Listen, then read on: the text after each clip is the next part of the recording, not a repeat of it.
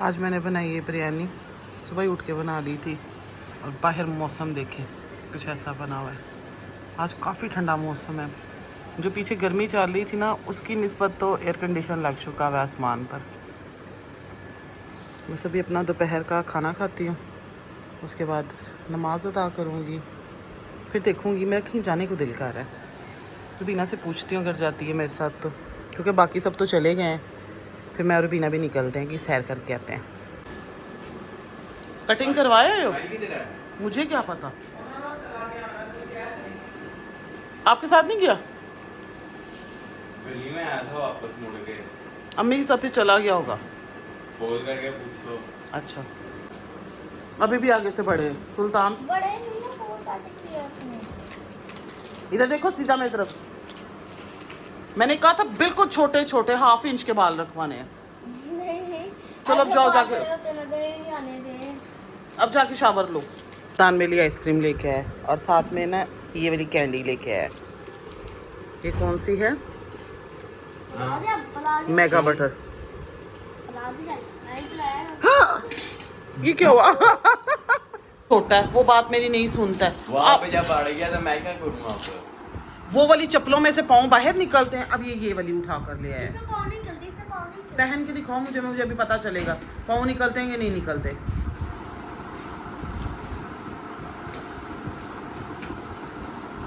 ये भी लूज है। नहीं लूज नहीं है, देखो वहाँ पर इतनी बड़ी जुत्ती है, मुझे दे रहा मैं तो ले ले, मैं नहीं ले रहा इतनी बड़ी, इतनी जुत्ती ला रहा था मुझे। वाली लेके दे रहा था, दूसरी वाली कपड़े वाली, दूसरी नहीं ले रहा था। उसकी भी वैसी है और ये भी उठा के वैसी ले आए। मेरी तो गंदी हो गई, मैंने नहीं लेनी है। अब वो वाली उठा के रख दो, संभाल दो, वो किसी को दे दूंगी मैं।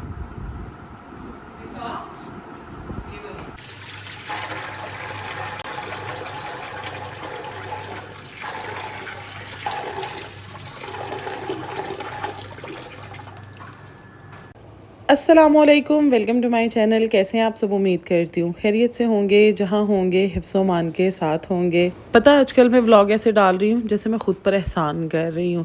एक व्लॉग एक वीक में डालकर उसके बाद फिर मैं एक वीक के लिए गायब हो जाती हूँ। सच पूछे ना तो मेरा ज़रा लंबे टाइम के लिए ब्रेक लेने को दिल कर रहा है, लेकिन फिर चैनल डाउन हो जाता है। अब जो पहले ही डाउन है, सोचे वो तो फिर जाके पूंजे लग जाएगा ना, तो इसे मैं पूंजे नहीं लगने दे सकती हूँ। जो भी है भाई, मैं 3-4 साल से इस पर मेहनत कर रही हूँ, अपनी मेहनत को मैं ऐसे बर्बाद नहीं होने दे सकती। इसीलिए आज मैंने फैसला किया है कि अब इसके बाद मैं व्लॉगिंग को कंटिन्यू करूंगी। जो भी रूटीन होगी वो शेयर करूंगी। ये नहीं देखूंगी कि भाई मैं घर से बाहर कहीं नहीं जा रही हूँ, घर में मैं क्या शूट करूँ। जो भी होगा ना वो शूट कर लिया करूंगी। अब यहाँ पर जो मैं बनाने लगी थी दाल कद्दू, और यकीन करें ये मेरी सबसे ज़्यादा फेवरेट डिश है। मुझे दाल कद्दू का सालन बहुत ज़्यादा पसंद है। अब रुबीना ने कद्दू कट करके रखे थे कि हम कद्दू चिकन बनाएंगे, पर जैसे मैंने कद्दूओं को देखा ना तो दाल हालांकि मेरी पहले से भीगी हुई नहीं थी। बस सालन तैयार करने से ना 5 मिनट पहले मैंने इसको भिगो दिया कि वैसे भी कुकर में बननी है, नहीं भी भिगोऊंगी ना तब भी गल जाएगी कुकर में। वैसे मैं दाल कद्दू को ना डिफरेंट रेसिपी से बनाती हूँ। मैं ऐसे करती हूँ कि पहले दाल को बॉईल कर लेती हूँ, उसे 50% या 60% में कुक कर लेती हूँ, बाकी 40% रहने देती हूँ। और फिर दाल को और कद्दू को, मतलब जो कद्दू मैंने मिसाले में भुना हुआ होता है, उसको मैं एक अलग से सालन बना लेती हूँ। फिर जो बॉयल दाल होती है ना, वो कद्दू के सालन में मिक्स करके ना उसे ना बहुत लो फ्लेम के ऊपर ना पकने के लिए छोड़ देती हूँ। यानी मैं कुकर में नहीं बनाती हूँ, लेकिन चूंकि मेरी दाल अभी मैंने भिगोई है, इसीलिए फिर अब मुझे कुकर में बनानी पड़ रही है। जो भी बेसिक स्पाइसेस हैं सारे वो मैंने ऐड कर दिए, साथ में एक चिकन क्यूब भी मैं डाल दूंगी। चिकन क्यूब हो जाए या चिकन पाउडर हो जाए, दोनों जो भी डाल दें जायका अच्छा लगता है। लेकिन चिकन क्यूब का ये फ़ायदा है कि इससे ना सालन की थिकनेस इतनी नहीं बनती है, पर जब चिकन पाउडर डाल देना तो बिल्कुल ऐसे लगता है जैसे कॉर्नफ्लावर ऐड करने के बाद एक कंसिस्टेंसी बनती है ना, वो बन जाती है। इसीलिए आजकल मैं चिकन पाउडर को अवॉइड कर रही हूँ, वो नहीं डाल रही हूँ। तो उसकी जगह पर ना चिकन क्यूब जो सब्जियों वाला होता है वो डाल देना, तो उससे जायका अच्छा हो जाता है। मिसाले को मैंने पानी डाल के बहुत अच्छी तरह से भून लिया था, और अब मैं इसमें ना पहले दाल ऐड करूँगी, और दाल के ऊपर वो जो एक फोम सा आ जाता है ना, झाग सी जो आ जाती है, पहले मैं उसको हटाऊँगी। फिर जब वो हटा लूँगी उसके बाद मैं इसको थोड़ी देर के लिए कुक करूँगी, और फिर इसमें मैं कद्दू ऐड करूँगी। कद्दू और दाल एक साथ ऐड नहीं करूँगी वरना कद्दू का पलता बन जाना है। अच्छा, अब आप लोग सोच रहे होंगे कि मैं तो किचन में दाल कद्दू बना रही हूँ, तो मैं USA कब गई हूँ, वहाँ का ट्रिप कब लगा कर आई हूँ। तो भाई मैंने ना ख्वाब देखा और ख्वाब में ना USA पहुँची हुई थी और वहाँ पर मेरी जी कोई सब्सक्राइबर थी। ख्वाब में वो मेरी सब्सक्राइबर थी। पहले वो मुझे एयरपोर्ट पे रिसीव करने के लिए आई, फिर वो मुझे अपने घर लेकर गई और अपने घर में उन्होंने मुझे VIP प्रोटोकॉल दिया। बड़े मज़े मज़े के उन्होंने खाने बनाए हुए थे। अब मेरी जितने भी USA में सब्सक्राइबर सुन रही है ना, ये जो भी मज़े का खाना बनाती है ना समझ ले मैं उन्हीं के घर गई थी। और फिर उसके बाद मैं कह रही हूँ कि मैं उनके घर से बाहर निकलती हूँ तो 3 लेडीज़ खड़ी हुई हैं जो कि ना इंडियंस हैं और वो मुझे कहती हैं कि हाइला आप इतनी दूर पाकिस्तान से आई हुई हैं तो पता नहीं आपके पास पैसे होंगे या नहीं।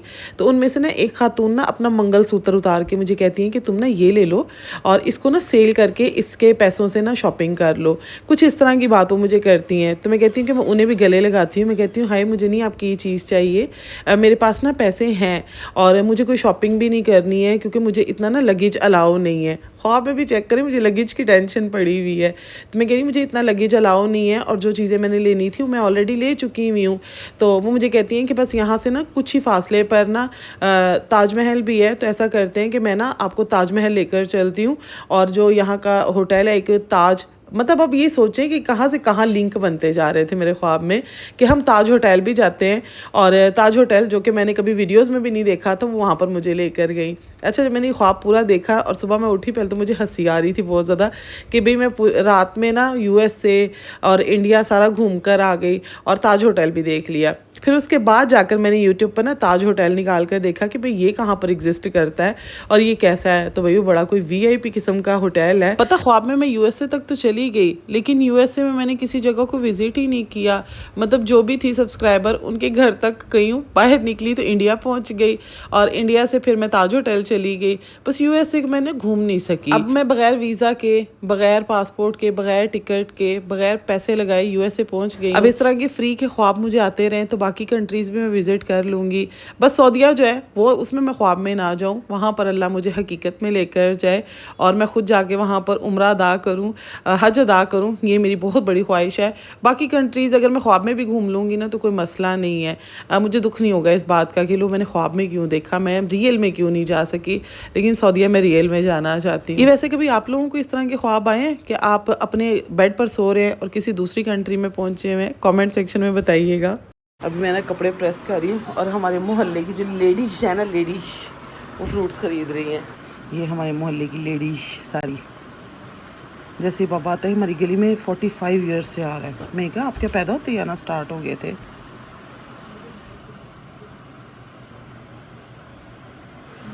तय करके रखूँ और आज जा रही हूँ मैं अपनी फ्रेंड से मिलने के लिए। तो ये वाला ड्रेस पहन के जाऊँगी अपना, इसको भी प्रेस करवाती हूँ।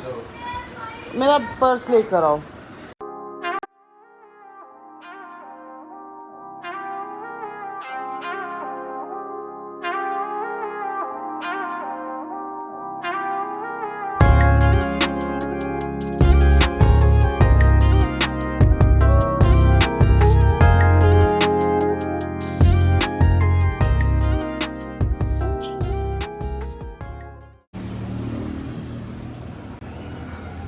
वो आ जाओ,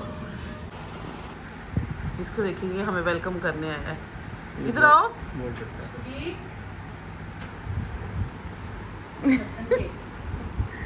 ये अच्छा इसकी मम्मा अंदर बैठी हुई है। हाइला आंटी क्यों ले आई आप? गर्मी है ये। आंटी के हाथ के कबाब, इसकी रेसिपी मैं लेकर जाऊंगी आंटी से। इसको भी मैं ले जाऊंगी साथ में। नहीं वो उधर आ रहा है, उसको लेके जाऊंगी। ये मम्मा है और वो आगे जो चल रहा है वो बेटा है। इसको भी एक कप चाय दे देते हैं। आ जाओ आ जाओ। मैंने कभी पकड़ी ही नहीं बिल्ली। आंटी देना मुझे ज़रा। कुछ कहेगा तो नहीं कि अनजान बंदी ने पकड़ लिया मुझे? कितना मजे का है। हसन ये वाला तो वाकई मैं ले लेती हूँ तुमसे। इसकी बुक्कों के पास 5 है। इधर लाहौर आई हुई थी, मैं क्या उनका घर तक मेरे क्या हाल हुआ होगा पीछे। मुझे बिल्लियाँ प्यारी लगती हैं लेकिन ना बस ये है कि मुझे होता है कि खुदा ना खास्ता मैं केयर ना कर पाई, कुछ हो गया तो मैं तो सारी ज़िंदगी नहीं होती। वैसे ये है आंटी का घर। आंटी बाहर गई हैं तो मैं थोड़ी सी वीडियो बना लूँ। ये आंटी का रूम है ये वाला, और ये उनके बेटे का रूम है। 2 बेटों का रूम है, एक बाहर गया हुआ है, एक जो हसन जिसको मैं पढ़ाती थी, ये हसन का रूम है, और ये इनका किचन है। बस आंटी का इतना सही घर है। ये होम टूर है मेरी आंटी के घर का। अब आंटी से मिलके मैं घर जा रही थी, और आंटी से मेरी मुलाकात तकरीबन 1.5 ईयर या शायद 2 इयर्स के बाद हो रही थी। आंटी के बेटे को मैं पढ़ाती थी आज से तकरीबन कोई 8 साल पहले। उस वक़्त वो 9th 10th में था। 2 इयर्स मैंने पढ़ाया उसे, और उसी दौरान आंटी की मेरी बड़ी अच्छी दोस्ती हो गई। आंटी ने फिर मुझे अपनी बेटी बना लिया। अब 8 साल हो गए मैं आंटी से मिलती जुलती हूँ, लेकिन अभी काफ़ी ज़्यादा गैप मैंने ले लिया। आज मेरा बड़ा दिल कर रहा था घर से बाहर जाने को, उनसे मिलने को। तो फिर मैंने सोचा कि सबसे अमन वाली जगह जो है ना वो आंटी का घर है, उधर बच्चे नहीं हैं। हमारे घर में बच्चों ने आजकल जो धमा चौकड़ी मचाई हुई है ना, उससे भागकर मैं आंटी के घर ही जा सकती थी। अगर मुझे लगता है कि मैं कभी भी कहीं जाऊँ और मेरे घर वाले मुझे ढूंढेंगे ना, तो आंटी के घर ही जाके ढूंढेंगे, क्योंकि मेरा आखिरी ठिकाना वही होगा। और उनके घर में मैं कंफर्टेबल भी बहुत ज़्यादा होती हूँ। मुझे कभी ये फील नहीं होता है कि आंटी की और मेरी कोई बहुत पुरानी जान पहचान नहीं है। मतलब 8 साल भी वैसे खैर कम नहीं होते हैं, लेकिन आंटी बहुत प्यार करने वाली हैं, और अल्लाह पाक उनको सेहत तंदुरुस्ती अता फरमाए। हम दोनों का एज गैप तो बहुत ज़्यादा है, लेकिन हम दोस्तें भी दोनों बहुत अच्छी हैं, एक दूसरों से हर बात शेयर करती हैं। और आज भी आंटी से इतनी देर में बातें करती रही, मेरा मूड फ्रेश हो गया। आसमान पे अच्छे खासे बादल आए, मेरी इतनी प्यारी हवा चल रही है ना। मैं आंटी के घर से आके सीधी ना छत पे बैठ गई हूँ। अम्मी भी बैठी हुई है मेरे पास। अम्मी का सर नज़र आ रहा है। अम्मी आपका फेस रिवील हो गया है। आपका फेस रिवील हो गया है। अब यहाँ पे बैठ के ना आधी रात तक तो मैं यहीं पे बैठी रहूँगी। जब मुझे नींद आ जाएगी फिर मैं नीचे चल जाऊँगी। एक ही चरपाई पे हम 3 अदद ख़वातीन बैठी हैं, अम्मी, रुबीना और मैं। रुबीना बाजी ने तो नमाज़ भी अदा कर ली है, मेरी अभी ईशा की नमाज़ रहती है। अच्छा, ये बादल आए तो हुए हैं, लेकिन मुश्किल ही है बारिश होगी, क्योंकि थोड़ी सी हुई है उसके बाद रुक गई है। बस हवा चल रही है, बारिश नहीं, बस हवा भी चलती रहे ना बहुत है। हमारे लिए तो ये भी बहुत बड़ा एसी है। अल्लाह हमारा ये एसी सलामत रखे। तो चलें जी, मैं भी यहाँ पे वीडियो को एंड करती हूँ। मिलती हूँ इंशाल्लाह आप लोगों से नेक्स्ट वीडियो में। अपना बहुत सा ख्याल रखिएगा, मुझे भी दुआ में याद रखिएगा। अल्लाह हाफिज़। और मेरा हाथ का भी फेस रिवील हो गया, नज़र आ रहा है? ये देखिए, ये मेरा हाथ है, ये यहाँ पे आके नज़र आ रहा है, ये ऐसे नज़र आ रहा है। चलिए, अल्लाह हाफिज़।